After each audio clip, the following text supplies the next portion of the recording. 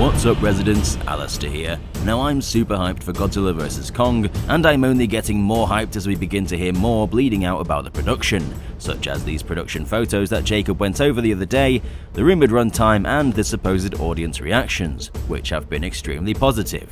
But we still know so little about it, so we're going to make a list of all the things that we believe Godzilla vs Kong needs to do in order to be the best in the entire series, including how they'll shoot the fights, how the characters will be written, and how the film will be paced. Now before we get into it, don't forget to check out our new merch store over on Teespring, where you can get all sorts of items like t-shirts, hoodies, stickers and phone cases. Jacob and I have spent weeks working on this, and we're really happy with the results, so we hope you take a moment to check them out and maybe get something for yourself. And for you guys that are seeing this when this video released, you can use the promo code DVLaunch20 to get 10% off. Got to be fast though, because this offer ends March 17th. Thanks residents, now let's get to it.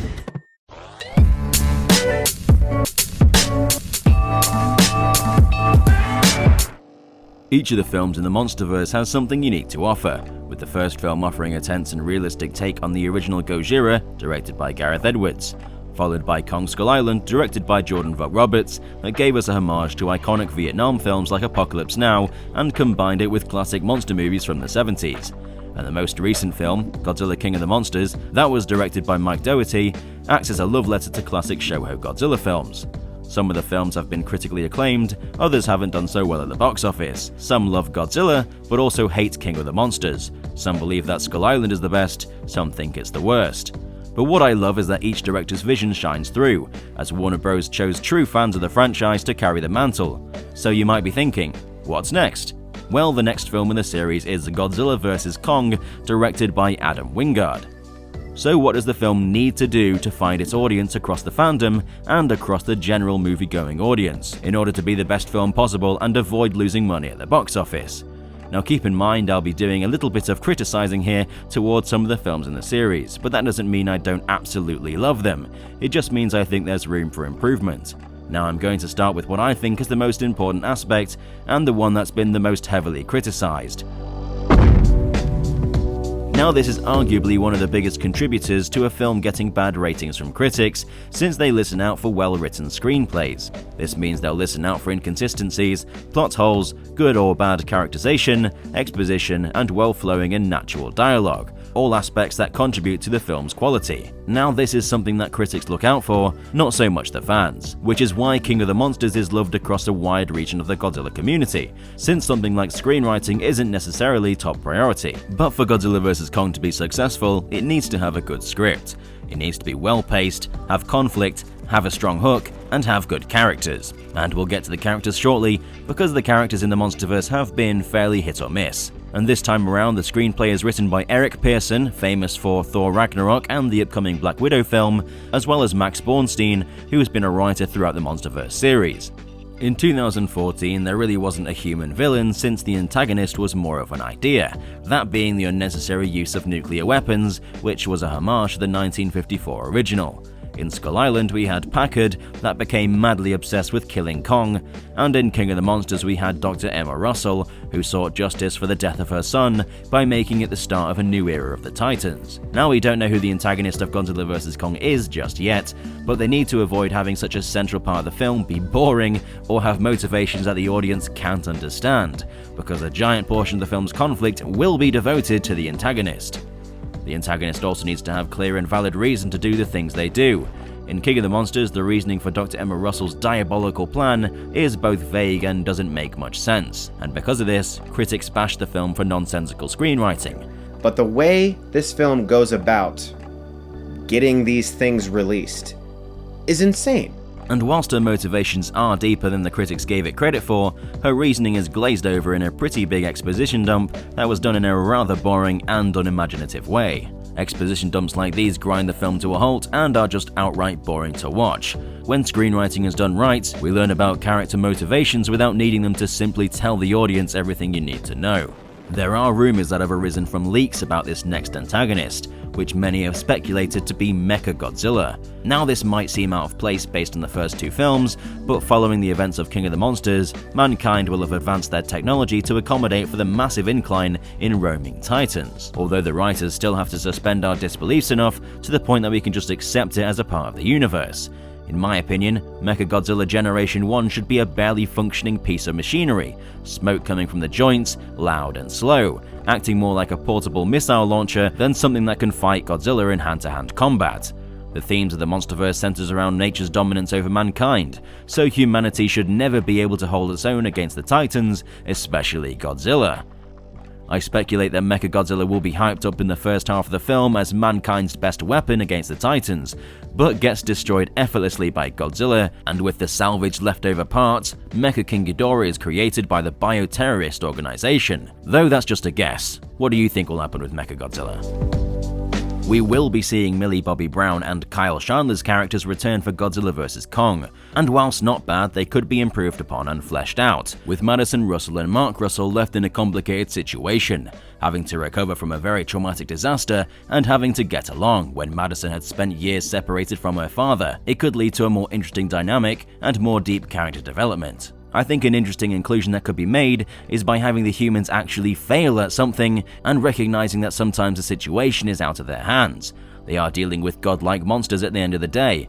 Being human is all about making mistakes and learning from it, and in King of the Monsters, we sort of see our characters succeed at everything. If they were to tone it back a bit, we'd likely feel more sympathy and be able to relate to them more on a core level. Now before I move on to my next point, something that's been rather controversial in the series has been the humor. Humor was almost not present in the Godzilla 2014 film, and when it was subtle and didn't take you out of the moment. I don't get many visitors.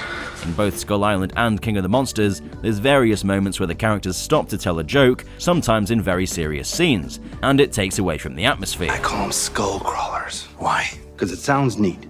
Okay. Look, I just made that name up. I'm trying to scare you. I'm fine calling them that. Are you cool with it? Yeah, that seems like a good idea. It doesn't feel like the characters are telling the jokes, it feels like the screenwriters are telling the jokes, which it absolutely shouldn't be. Now I can see why they included these. The Marvel films have become synonymous for having humor, and it's understandable that they'd want to follow that success. Jokes are fine, but there's a time and a place, and sometimes the jokes just aren't funny. I'm looking at you, gonorrhea joke. Did you say gonorrhea? Huh? Ghidorah! So they just need to dial back the jokes a bit and allow the film to flow naturally. So to conclude on the script side of things, it needs to be more focused and have more fleshed out characters, more understandable motivations, and have a strong, more streamlined central conflict. Now this is where we get to the meat of the subject, the visuals. This is something that's been consistently great throughout the series, but there's still room for improvement. Godzilla 2014 gave us the best sense of scale we've ever seen in a Godzilla film, making the monsters actually feel like hulking beasts with weight to every move, though unfortunately most of the film was set during the night.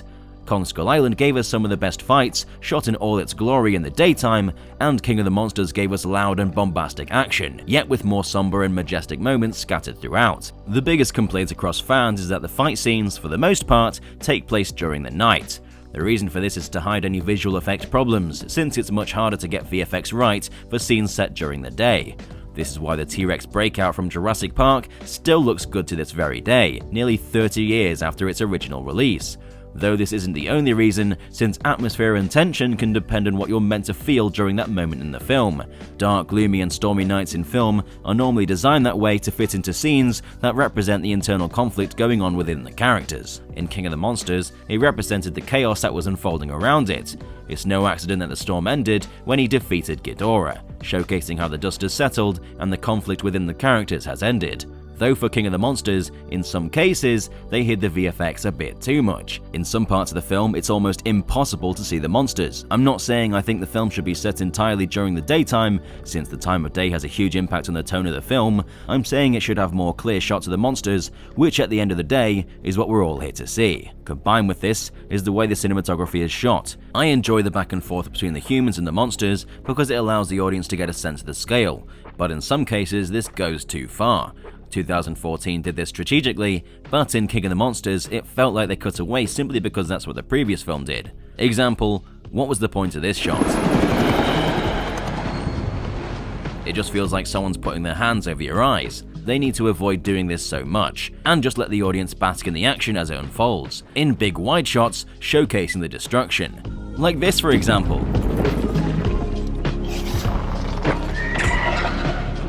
This shot is fantastic and makes the monsters actually feel big and heavy. I guarantee by doing this it'll bring in the big bucks at the box office.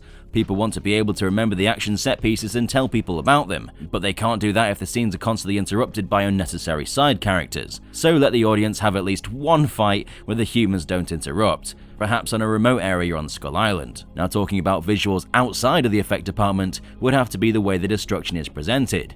The events in the film need to feel real, and one way to do that is by incorporating more dirt, grit, blood, things you would actually see in real-life disasters. Sometimes the characters can feel too clean, like they've gone through the events of the film without a struggle.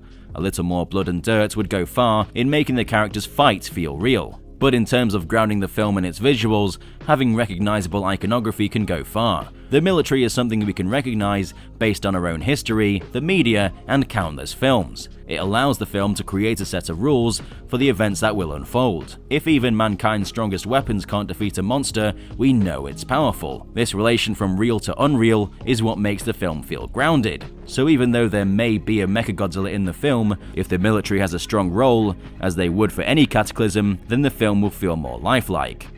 And this section rolls nicely into our next point.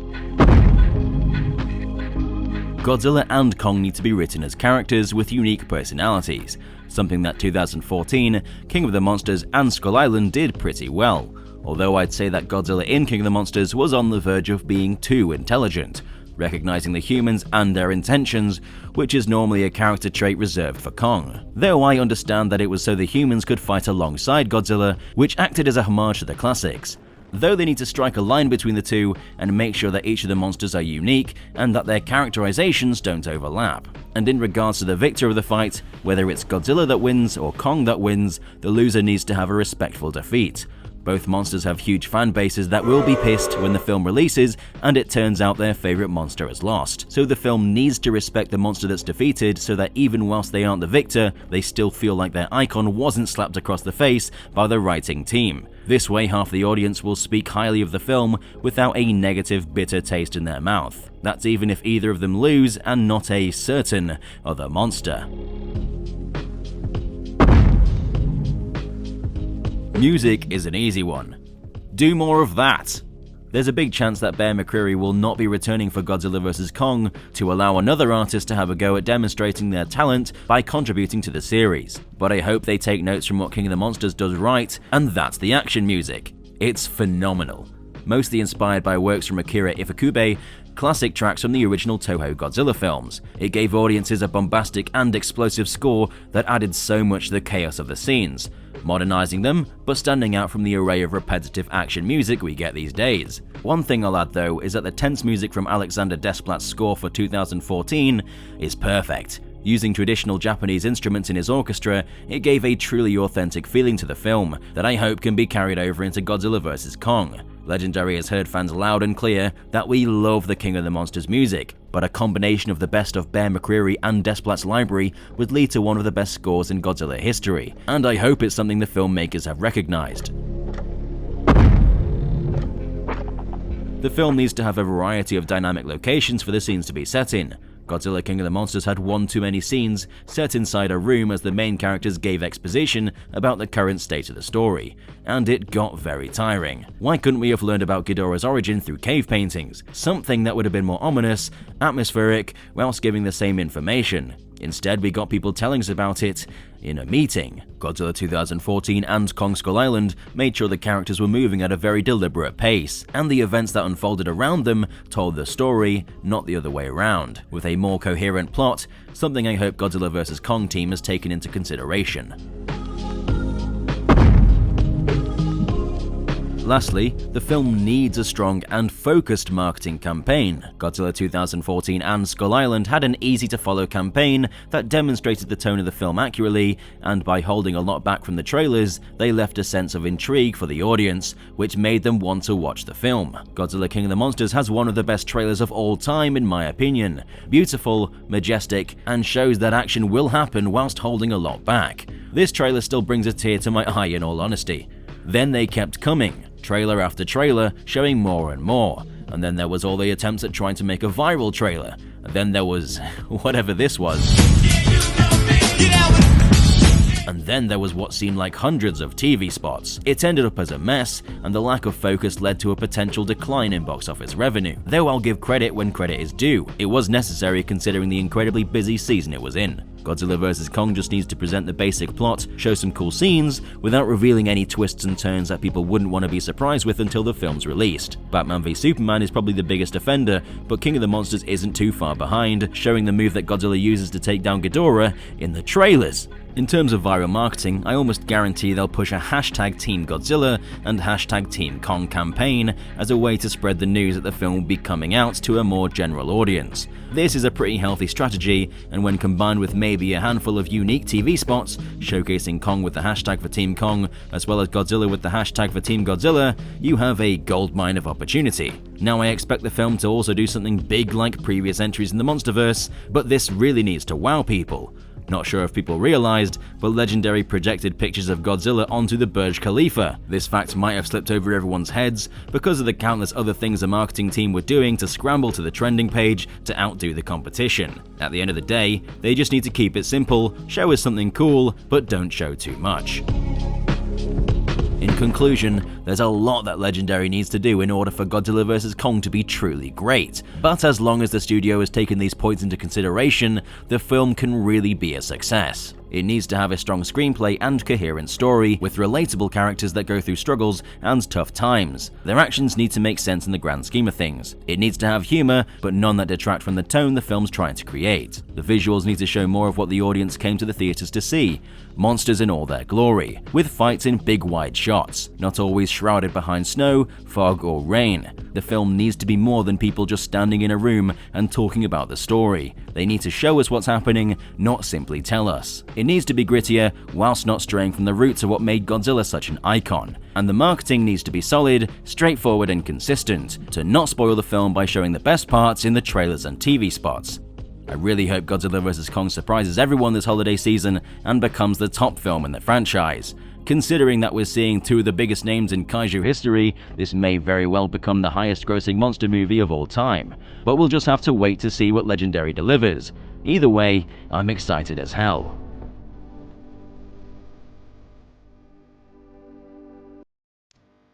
Before I go, on the internet I tweeted out to you residents asking what you think Godzilla vs. Kong needs to be successful, so here are some responses I've chosen to show.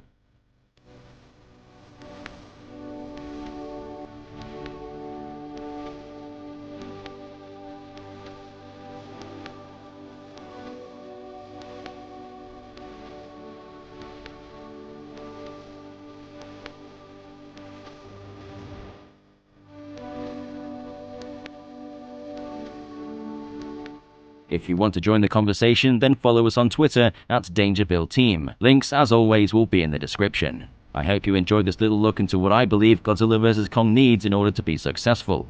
Don't forget that our brand new line of merch is now available, so please check it out, maybe there'll be something you like. If you enjoyed this video, remember to leave a like so we know what to make more of. And if you haven't already, subscribe and hit that notification button to become a resident of Dangerville today. I've been Alistair, and we'll see you in the next one.